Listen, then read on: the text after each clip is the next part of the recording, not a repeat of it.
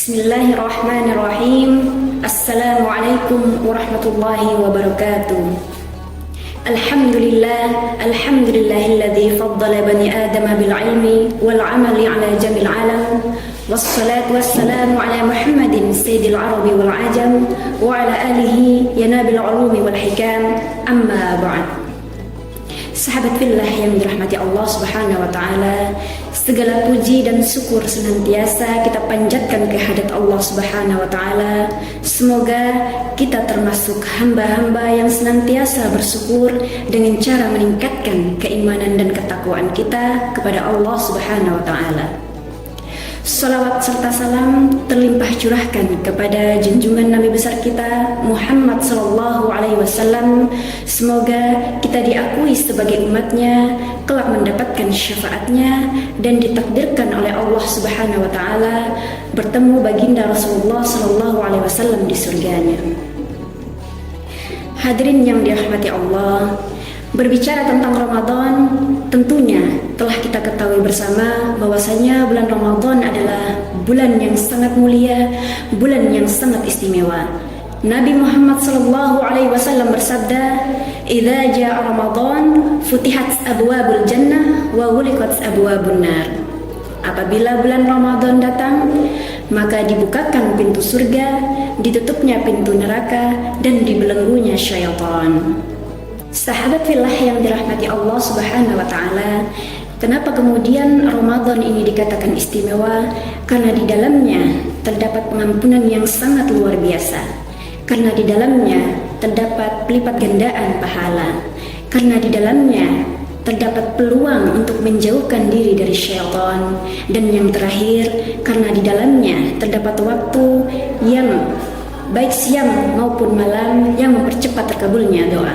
Dan ini dijamin oleh Allah Subhanahu wa taala dalam surah Al-Baqarah ayat 186. A'udzu billahi minasyaitonir rajim. Bismillahirrahmanirrahim.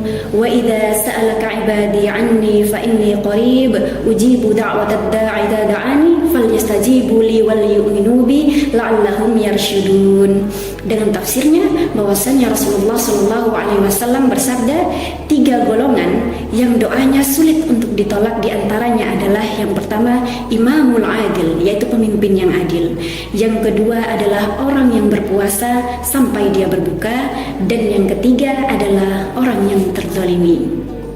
Hadirin yang dirahmati Allah, artinya apa? Bahwasanya Allah Subhanahu wa taala membuka peluang seluas-luasnya kepada hambanya yang senantiasa serius menghadirkan amal terbaik, menghadirkan amal soleh terbaik, menghadirkan amal ibadah terbaiknya di bulan suci Ramadan. Di antara kemuliaan dan keistimewaan bulan Ramadan, kemudian bulan ini dijuluki dengan bulan Al-Quran atau Syahrul Quran. Allah Subhanahu wa taala berfirman dalam surah Al-Baqarah ayat 185, "Syahr Ramadan alladzi unzila fihi al-Quran hudan lin-nasi wa bayyinatin minal huda wal furqan." Al-ayah, yaitu bulan Ramadan, yaitu bulan di mana di dalamnya diturunkan Al-Quran sebagai petunjuk dan juga pedoman bagi umat manusia, dan juga sebagai pembeda antara hak dan yang batil. Hadirin yang dimuliakan Allah, saking mulianya bulan Ramadan, kemudian Allah berkahi dengan turunnya Al-Quran dan melipat gandakan pahala. Artinya apa? Ini menjadikan kita agar senantiasa mendekatkan diri kepada Allah, meningkatkan interaksi kita dengan Al-Quran. Karena sejatinya Al-Quran bukan hanya sekedar bacaan, melainkan juga sebagai pembeda, petunjuk, pedoman kehidupan kita sehari-hari. Sahabat fillah yang dirahmati Allah Subhanahu wa taala, seseorang yang mendekatkan diri dengan Al-Quran maka akan menjadikan hidupnya mulia. Karena apapun dan siapapun yang berkaitan dengan Al-Quran maka akan menjadi mulia. Bulan di mana bulan ini diturunkannya Al-Quran maka kemudian menjadi bulan yang paling mulia, yaitu bulan Ramadan. Malam di mana malam ini malam diturunkannya Al-Quran maka kemudian menjadi malam yang sangat mulia, bahkan kemuliaannya melebihi dari 1000 bulan, yaitu malam Lailatul Qadar. Sahabat fillah yang dirahmati Allah Subhanahu wa taala, marilah kita senantiasa meningkatkan intensitas kedekatan kita dengan Allah Subhanahu wa taala dengan cara meningkatkan interaksi kita dengan Al-Qur'an. Pertanyaannya adalah bagaimana cara kita berinteraksi dengan Al-Qur'an? Yang pertama adalah sami'a yasma'u, mendengarkan Al-Qur'an.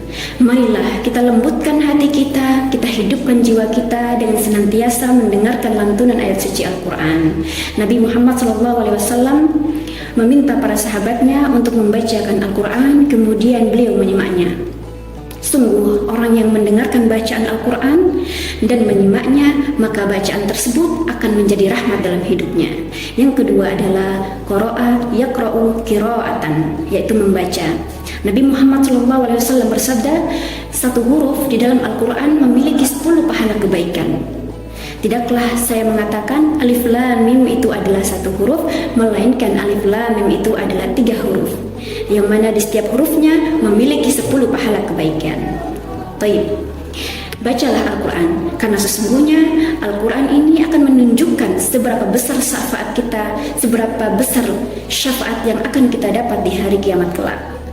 Nabi Muhammad SAW bersabda, Iqra'ul Qur'ana fa innahu ya'ti yawmal qiyamah syafi'an li ashabihi. Baik, yang ketiga adalah tilawah. Tala yatlu tilawah. Tilawah secara etimologi merupakan masdar yang memiliki arti mengikuti dan merupakan padanan dari kata qiraah.